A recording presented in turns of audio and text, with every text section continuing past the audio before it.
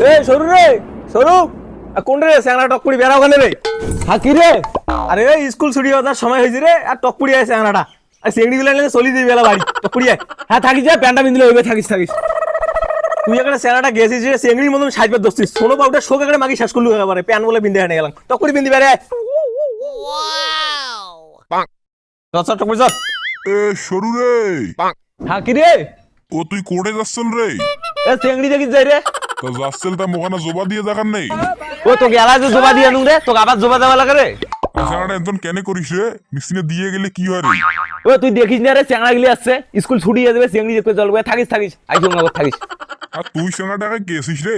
ওই চ্যাংড়া তুই কার সাথে কথা কইছিস ঢাকা কার সাথে কথা করছে রে? আরে তোমার এলে বুঝবেন না রে মোর গরুটা না জোবা চাইছে রে মা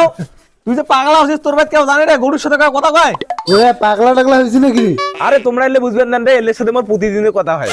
ভাইস রে তুমি গরুর সাথে কথা কইস? আরে অত কথা বাদ দিয়ে হাত তোরে ও থাকেন আসি থাকেন হইছে